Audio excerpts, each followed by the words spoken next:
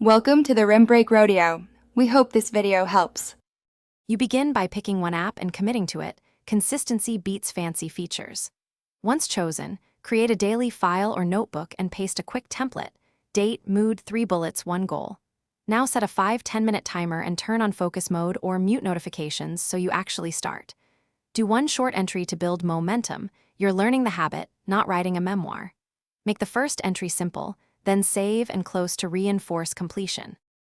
Once you have entries, structure them so they're useful later. Add headings, tags, and internal links for topics you revisit.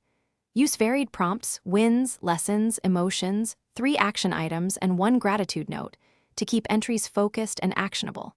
Save versions or turn on app sync with encryption.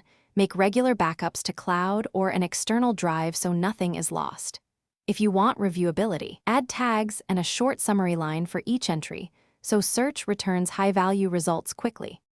You finish a session by saving and tagging the entry, then schedule a weekly 10-15 minute review to extract trends and set priorities. Once done, export key entries as PDF or Markdown and enable automated backups and version history. This protects your insights.